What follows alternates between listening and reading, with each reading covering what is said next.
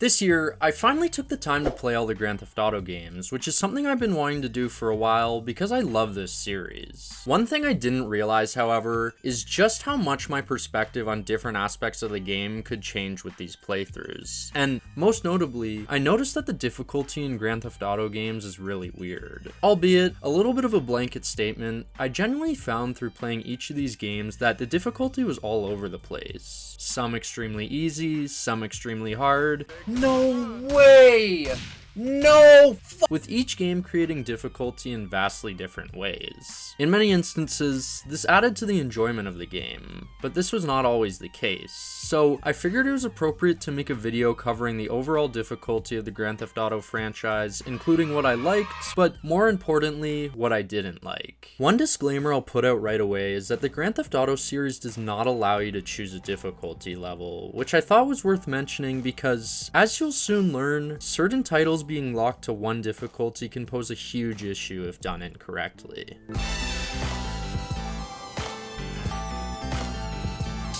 Grand Theft Auto 5 is in a class of its own in terms of difficulty, seeing as it massively differentiates itself from the other games. It seems it was kind of way ahead of the curve for modern gaming, implementing the type of difficulty we can come to expect nowadays, and in many cases, come to hate. And that's because Grand Theft Auto 5 is incredibly easy, like, kind of underwhelmingly easy if I'm being perfectly honest. It seems that this game, more than any other, tailors to an incredibly casual audience, I guess with the idea that people are more willing to purchase it in the long run. The shooting mechanics are incredibly user-friendly, pretty much allowing you to snap onto enemies' heads and easily take cover behind any structure. The heads-up display shows you exactly where enemies are on the minimap, and it'll even slow down the game and allow you ample time to select from a variety of weapons. Driving is also ridiculously straightforward, many would even say mind-numbing and boring, especially when it's paired with the highways essentially being a straight line. But the main kicker is that, unlike other entries in the franchise, your player regenerates health automatically. Now, this doesn't take anything away from the actual narrative of the story. I mean, I love Michael Franklin and Trevor, there's so many hilarious cutscenes in this game. Dad and Trevor? Two dads. Great. Wow. Very San Andreas. And it seems part of the reason this game was made so easy was to help deliver a better cinematic experience. But yeah, I don't think it'd be controversial to say that this game wasn't difficult at all. In fact, the only time I kinda struggled with it was right at the end of the game when Lester comes out of nowhere to fire off some RPGs. You sure you can handle an RPG? The noob tube? Ha! Which was hilarious, by the way, but it took a couple of tries to keep the helicopter steady enough so that he could hit the targets. It's debatable whether that was actually my fault or just poor game design. You know, as you'll see a few more times in this video, it essentially is just an NPC deciding whether or not you pass the mission. In my opinion, kind of a weird and wrong way to add difficulty, but whatever. Really, the only other thing I could think of when I was younger is not realizing that you had to crouch during the home invasion mission, and also getting distracted snooping around certain areas of the house. So, I do find it to be an odd decision from Rockstar to make this game so easy, because for so many, it can take away from the enjoyment of the game, which you'll soon realize is quite unique for the franchise. Yet again, Grand Theft Auto 4 deserves its own section in this video, in the sense that it's a significant jump from the difficulty in GTA 5, whether that be for better or for worse. I will say, however, it's definitely on a completely different difficulty level than some of the early 2000s GTA games, but we'll talk about that later. Missions in GTA 4 tend to create just as many negative emotions as they do positive ones, which, in my opinion, provides a more balanced gameplay experience that feels a lot less linear than GTA 5. Sometimes when things are too easy and straightforward, it can make you feel like you're just going through the motions. However, that definitely doesn't mean it's perfect, and there's a few unintentional flaws we need to discuss. Things that make the game a lot harder than intended because a certain mechanic or gameplay feature has been poorly designed. GTA 4 was the first game that gave players the ability to take cover, which can be very useful in certain situations, but I found more often than not, it made things unnecessarily difficult. From some positions, you're only able to kind of awkwardly take one shot every couple of seconds. And throughout the game, I found myself taking a lot of unwanted damage due to the overall cover system working against me. Along with this, GTA 4 has kind of broken lock-on mechanics and aim assist, which is something that, surprisingly, every GTA game kind of struggles with. Take this clip here for example, where I clearly want to lock onto the immediate threat, but instead, it goes for the other NPC. This left my health at almost 0, which doesn't sound like that big of an issue, but it is when you consider that there's no easy way to regenerate health in GTA 4.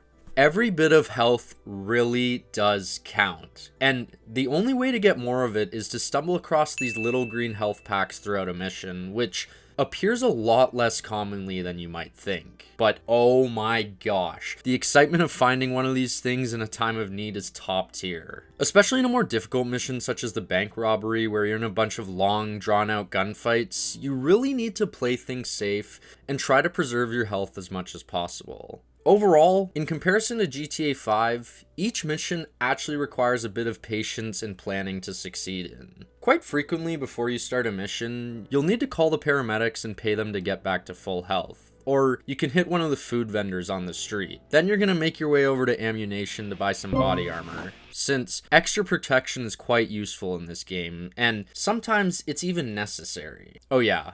One other small thing I forgot to mention, something that made me want to pull my hair out on multiple occasions. Grand Theft Auto 4 has no checkpoints. If you die in a mission, you have to restart the entire thing. Literally everything. You go back to the initial cutscene, and depending on the mission, you may have to make a massive drive again, clear a huge group of NPCs again, or whatever it is that's required in that certain circumstance, meaning that you can't always just run through a section of a mission frying enemies. You're gonna need to take it slower and act more strategically, which, honestly, I'm a massive fan of. Although it can be frustrating at times, it makes the game a lot more engaging. And I might say that the well-balanced difficulty of GTA 4 probably makes it my favorite game in the series from a pure gameplay perspective. When I died in GTA 4, sure, I might have gotten annoyed.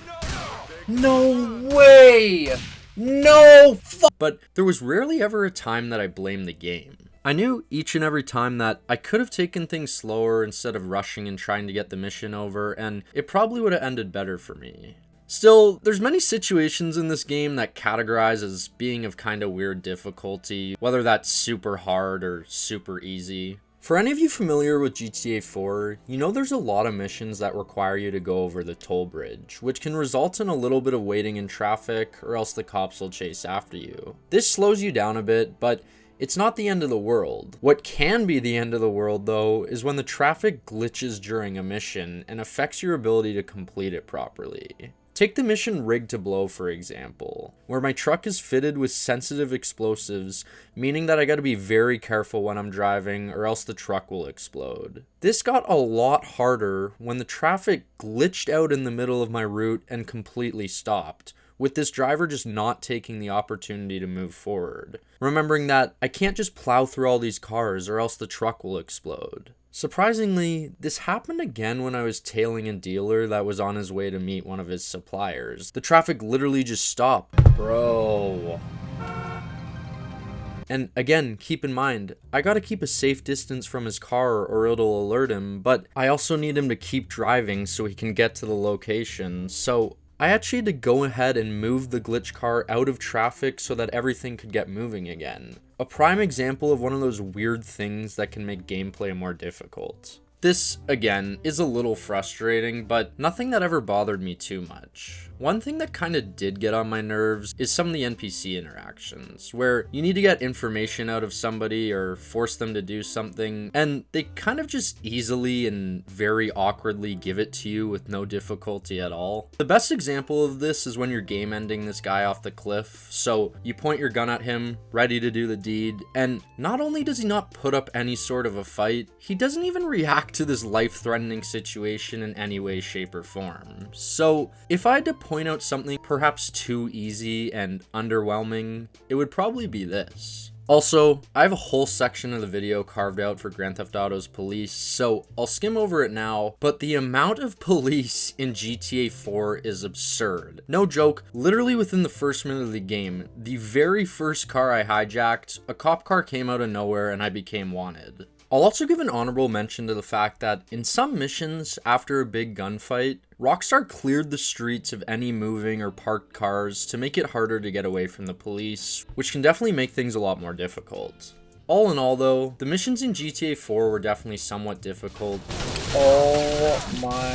Sometimes in a weird way, but they're also very enjoyable to play. Somebody with no gaming experience would definitely struggle a lot with this game. However, yet again, like GTA 5, there weren't any missions that I felt were unfair and made me want to take a baseball bat to my Xbox, which is not the case moving forward.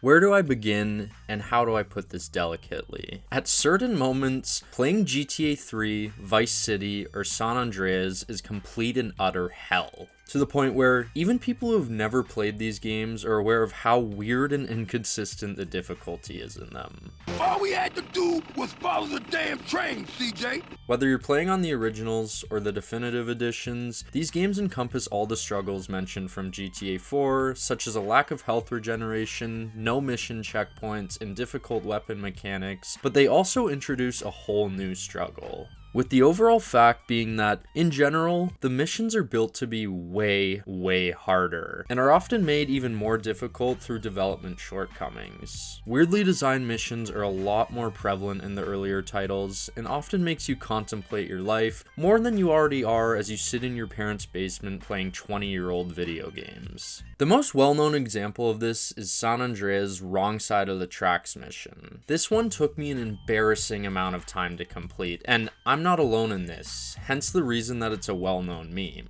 For any of you unaware, it's a fairly simple concept. You're riding a motorcycle with Big Smoke, trying to eliminate the NPCs off the train, but in reality, you kinda have to get really lucky, praying that Big Smoke will kill these guys when he just eventually feels like it, which he was not doing.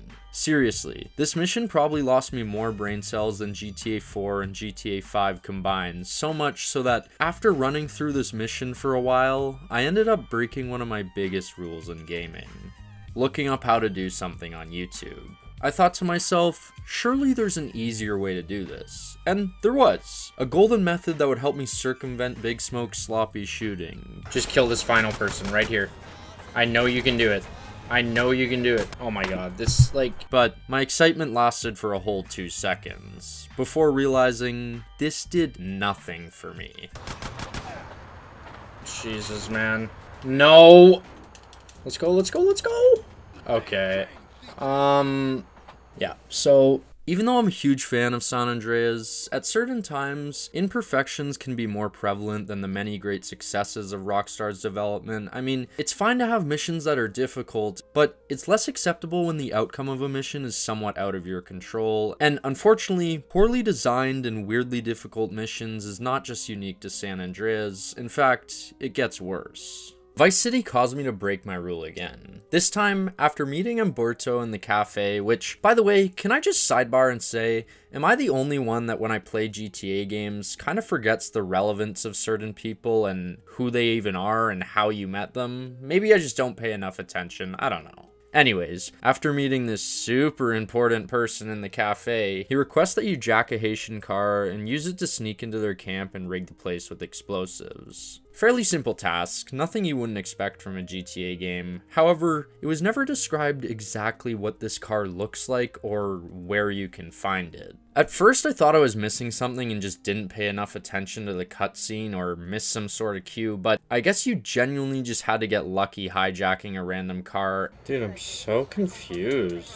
And I guess it was technically my choice to look online for the answer, so this is entirely my fault, but I always find when you feel required to search stuff up online, it really takes away from the experience. I'd be completely fine if the difficulty to this was like, hey, there'll be a car parked outside of a donut shop at the corner of X and Y, and then you have to do a little bit of informed searching around to get it, but that wasn't the case here. Another little example of something that added difficulty to Vice City, it's still extremely surprising to me that you couldn't actually swim in these games. If you tried to swim in Vice City, you would die instantly and lose all of your weapons along with it, which happened to me a lot. To be fair, it's really not the end of the world. I kind of view it as a bit of fun difficulty that's added, but even months after my Vice City playthrough, I can still vividly remember 2 moments where I fell into the water and ended up losing all the weapons and ammo that I had just cleared my bank account on. One of these times was right after this boating mission finishes, to where I quickly realized that what seemed to be a friendly little jump was not so friendly after all.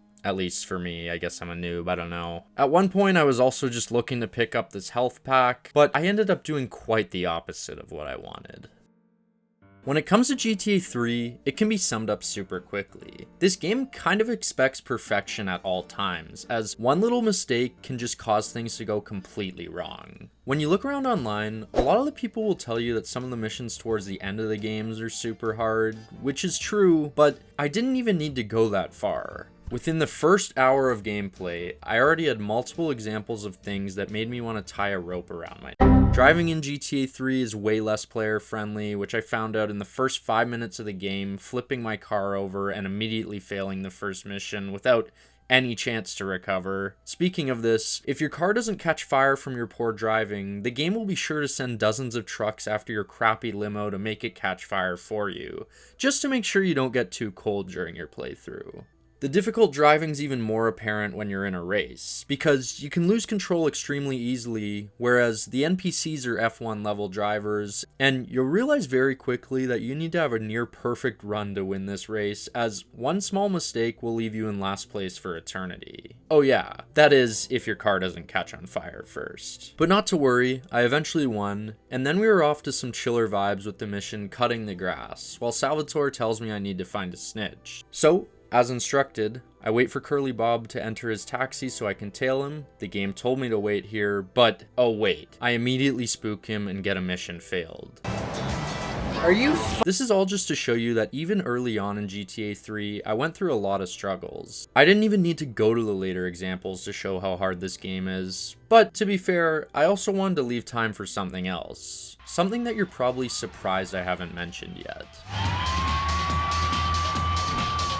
Perhaps the most notorious aspect of the Grand Theft Auto series is the police. There's quite a variance in the difficulty of cops between different games, similar to the other things we've talked about, but I would honestly say there's something about the cops in every single game that either makes them extremely annoying, weirdly programmed, or just straight up tricky to play against. With that being said, I'm actually going to have to briefly take back my earlier comments about Grand Theft Auto 5 being extremely easy, because when it comes to police, there's an issue. The cops in GTA 5 are still nothing special, however, there's a very annoying gameplay design that makes things feel a lot more difficult. No matter what wanted level you have, you're gonna have to stay out of sight of the police long enough so that they forget about you, which, in this game, takes a really, really long time. We've all been in a situation where we're sitting there for what seems like forever, thinking they're almost gone, just for the cops to run up on you and re-engage the whole process over again. In contrast, at lower wanted levels, once you leave the sight of the cops for what only seems like a few seconds in GTA 4, they're gonna leave you alone and you'll be free. I'll keep this clip playing in the background just so you can see how quick it is. There we go. However, once you get to a bit of a higher wanted level in GTA 4, it can be pretty hard to lose the police, especially if you're in a slower car or, for me, a truck. The police in this game are also hard because the AI uses actual tactics such as pit maneuvering and boxing in to slow you down, and if you somehow manage to get yourself a 6-star wanted level, good luck. For me though, it doesn't compare to the cops in older titles because, oh my gosh, they are nuts. They're a lot more aggressive in these games and will ram into you if you get caught lacking for even a few seconds, and along with this, NPCs generally hit you for a lot more health and can knock you down to the floor depending on the type of weapon. Why would that happen? But the thing that I find most difficult is when the police get paired up with other enemies and external factors such as gangs. Something I haven't mentioned yet is that you often will get shot at by random people in the earlier titles. For example, here in San Andreas, I'm just minding my business, trying to go into Cluckenbell for some health, and out of nowhere, this guy game ends me, taking all my health. When paired with cops, this can be something else, and I actually have the perfect clip for this. Something to sum up everything I've mentioned about the difficulty of these older games all into one. In Vice City, one of the missions has you robbing a bank. And I must have been having a rough day or something because the auto lock-on wasn't working and I lost a lot of my shield. Then my companions showed up and decided to stand in front of me while I was trying to deal with the cops, but I ended up killing one of them instead. When I got outside, the police immediately lit me up, but eventually I got away to repaint my car and lose the cops. However, they blocked me into the paint shop, causing me to abandon the car, allowing them to knock me down to 36 health. And then a random gang came out of nowhere to get me down to 3 health, but I somehow found a health pack, reconnected with Phil, and passed the mission on my first try. That is, of course, if you forget about the other 8 times I failed and had to completely restart. So, when it's all said and done, I think I did a good job of showing the vastly different levels of difficulty in GTA, and how each game creates difficulty in their own ways. Some parts can be so easy they become dull, and some parts so hard you want to quit, but I really don't have many complaints with the series, and I think that the varying levels of difficulty is essential to making each game feel fresh and unique from the others, even though it can be really weird at times. But I'd love to hear from you guys. Is there anything you think I missed in this video? If so, please let me know, and subscribe to help me feed my family.